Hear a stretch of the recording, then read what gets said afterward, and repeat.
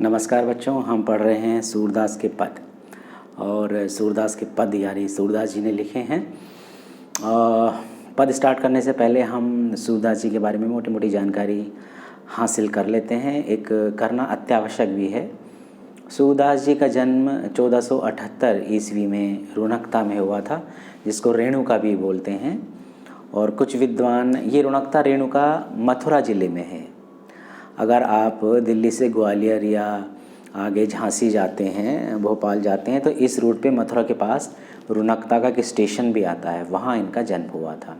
लेकिन कुछ विद्वान ऐसा भी मानते हैं कि इनका जो जन्म है दिल्ली के निकट सीही में हुआ था। सीही एक गांव है दिल्ली के निकट, वहाँ इनका जन्म हुआ था 1478 में। बच्चों, इन्होंने वल्लभाचार्य जी के संपर्क में आने के बाद भगवान कृष्ण की भक्ति की, उन्हीं के पद लिखे और गाए। उससे पहले वल्लभाचार्य जी से मिलने से पहले ये फुटकर जो है पद गाया करते थे, लिखा करते थे। बच्चों, वल्लभाचार्य जी वही हैं जिन्होंने पुष्टि मार्ग चलाया। पुष्टि मार्ग अर्थात तुष्टि, पुष्टि का अर्थ है तुष्टि। तुष्टि का क्या अर्थ है? गीत के माध्यम से, भक्ति के माध्यम से भगवान कृष्ण की आराधना करना। ठीक है बच्चों, वल्लभाचार्य जी ने शुद्ध अद्वैतवाद भी चलाया था। और सभी जानते हैं, जब वादों को पढ़ते हैं तो जैसे अद्वैतवाद चलाया आदि शंकराचार्य जी ने, द्वैतवाद माधवाचार्य जी ने, और विशिष्ट द्वैतवाद जो है रामानुजाचार्य ने, द्वैत अद्वैतवाद निम्बार्काचार्य जी ने। ऐसे ये अलग अलग हैं। जब आप बड़े हो जाएंगे तो इनके बारे में पढ़ेंगे, या मैं भी एक इनके बारे में एक अलग से वीडियो बनाऊंगा। एक बात। दूसरी बात बच्चों, सूरदास जी ने 3 ग्रंथ लिखे, जिसमें सूरसागर, सूरसारावली और साहित्य लहरी, ये इनके 3 ग्रंथ हैं जो कि प्रामाणिक हैं, मिलते हैं। लेकिन इनमें जो सबसे प्रसिद्ध जो ग्रंथ है वो यही है सूरसागर। ये जो हम पद पढ़ रहे हैं ये सूरसागर के भ्रमर गीत भाग से लिया गया है। जैसे सूरसागर में भाग हैं अलग अलग, तो उसका एक भ्रमर गीत सार है, वहाँ से ये पद लिए गए हैं। ठीक है। और सूरदास जी को वात्सल्य और श्रृंगार रस, इन दोनों रसों का सम्राट कहा जाता है। ब्रज भाषा पर इनकी बहुत अच्छी पकड़ है। और गऊ घाट जो मथुरा और वृंदावन के बीच है, वहीं पर ये रहते थे। और वहीं पर जो है श्रीनाथ जी अर्थात भगवान कृष्ण की गीतों के माध्यम से भक्ति किया करते थे। ये जन्मांध थे। कुछ बच्चों के मन में प्रश्न उठता है कि ये जन्मांध थे अर्थात जन्म से अंधे थे या बाद में हुए, इस बारे में विद्वानों में मतभेद है। तो ये चर्चा का विषय नहीं है, लेकिन इनको जन्मांध ही मानकर हम लोग पढ़ते हैं। ये मोटी मोटी जानकारी थी इनके बारे में। 1583 में, है ना, 1583 में पारसोली गांव में इनका देहांत हुआ। ये मोटी मोटी जानकारी है। आइए अब चलते हैं पद पर। पद जो है ये गोपियों और उद्धव के बीच संवाद है, बातचीत है। जब कृष्ण जी मथुरा चले गए थे, गोपियां उनको याद करती थी। तो एक बार कृष्ण जी ने अपने चचेरे भाई उद्धव को कहा कि क्या आप इन गोपियों को समझाएंगे, समझाने जाएंगे। उद्धव अपने आप को परम विद्वान, परम ज्ञानी, ब्रह्म ज्ञानी मानते थे। उन्होंने कहा ये भी क्या बड़ी बात है मेरे लिए, समझा दूंगा आराम से। तो उन्होंने कहा ठीक है। लेकिन उनको मालूम नहीं कि जहाँ ज्ञान मार्ग काम नहीं चलता, जिन्होंने प्रेम मार्ग को अपने मन में बसा रखा है, भगवान कृष्ण को एकनिष्ठ अपने मन में बसा रखा है, वहाँ ज्ञान मार्ग क्या करेगा। तो योग का संदेश लेकर बड़े अहंकार भाव से उद्धव जी आ गए गोपियों के पास और योग का संदेश देने लगे। तो वही ये संदेश दे रहे हैं। और गोपियाँ क्या जवाब दे रही हैं? उधो तुम हो अति बड़ भागी। उधो यानी उद्धव। ये देखिए, उधो यानी उद्धव, तुम हो अति बड़ भागी, तुम तो बड़े भाग्यशाली हो। व्यंग कर रही हैं गोपियाँ उद्धव पर।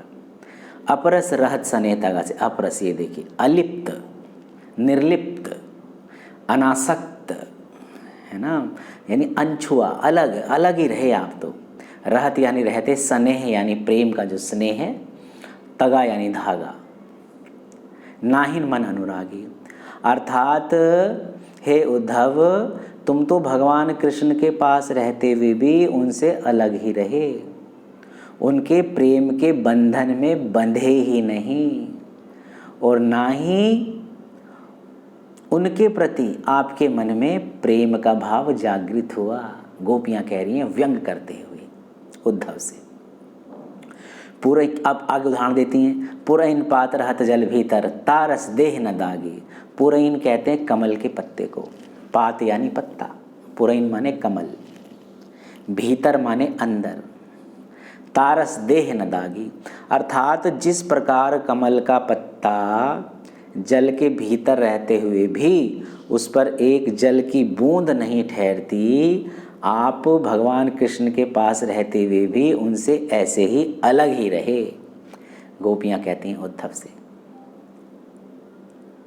आपके मन में उनके प्रति कोई अनुराग पैदा नहीं हुआ।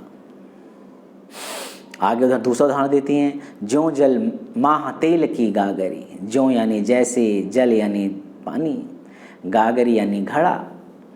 अर्थात जैसे तेल से सना हुआ घड़ा पानी में डुबो देते हैं और निकालते हैं तो उस पर जल की एक भी बूंद नहीं ठहरती, आप तो ऐसे ही उनसे अलग रहे, उनके पास रहते हुए उनसे ऐसे अलग रहे। गोपियाँ कहती हैं।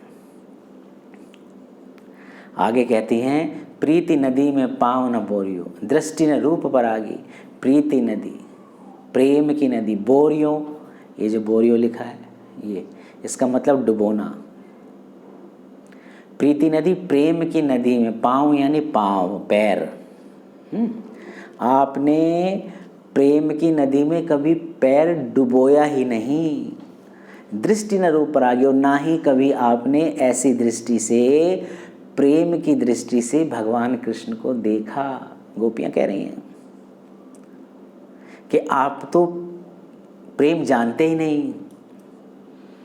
ये ज्ञान मार्गी थे ना, ज्ञान लेके आए थे, ज्ञान का संदेश, योग का संदेश लेके आए थे। तो गोपियाँ कहती हैं कि आपने तो कभी प्रेम की नदी में पैर डुबोया ही नहीं, और ना ही कभी ऐसी प्रेम की दृष्टि से भगवान कृष्ण को देखा, जिनका सौंदर्य वर्णन तो रसखान जी ने भी किया है। सौंदर्य वर्णन दुनिया करती है, जिनका रूप सौंदर्य ऐसा है कि लोग मोहित हुए चले आते हैं, और आपने कभी उनकी तरफ देखा ही नहीं। सूरदास अबला हम भोरी, गुरु चाटी जो पागी। सूरदास जी कहते हैं कि गोपियाँ कह रहे हैं कि हम तो अबला नारी हैं, अबला, अधिकारहीन, शक्तिहीन, सीधी सादी, हम तो ऐसी भोली अबला नारी हैं। कैसी कि जैसे गुड़ को देखकर चींटी उसकी तरफ खींची चली जाती है, ऐसे ही भगवान कृष्ण की ओर हम तो खींचे चले जाते हैं। ऐसे गोपियाँ कहती हैं। मैं कह रहा था ये इसका अर्थ है। और कृष्ण, रसखान जी ने कृष्ण जी का सौंदर्य वर्णन किया था। कलिकानन कुंडल मोर पखा, उर्पे बनमाल विराजती है, मुरली कर में अधरा मुस्कानी, तरंग महा छवि छाजती है। रसखान लिखे तन पीत पिटा सत दामन की दुत लाजती है, वह बांसुरी की धुन कानी परे, कुलकानी यो तज भाजती है। जब कृष्ण जी पीले पीले वस्त्र आभूषण पहनकर, गले में माला, कानों में कुंडल, और जब अधर यानी होंठ पर जब बांसुरी बजाते थे, तो गोपियाँ कुल की मर्यादा को छोड़कर उनकी तरफ भागी चली जाती। ऐसा उनका सौंदर्य था।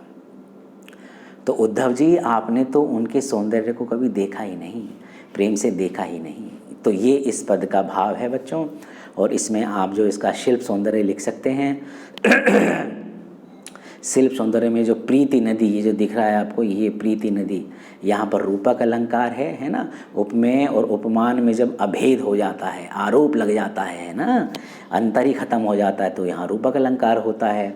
और आगे आप देखेंगे कि चाटी जो पागी है ना, मनु मानो जनु जानो, जहाँ यहाँ लगता है, यहाँ उत्प्रेक्ष अलंकार होता है ना। और पुरैन पात, ये जो पुरैन पात है, पापा की आवृत्ति हो रही है, पावर्ण की, यहाँ पर अनुप्रास अलंकार है।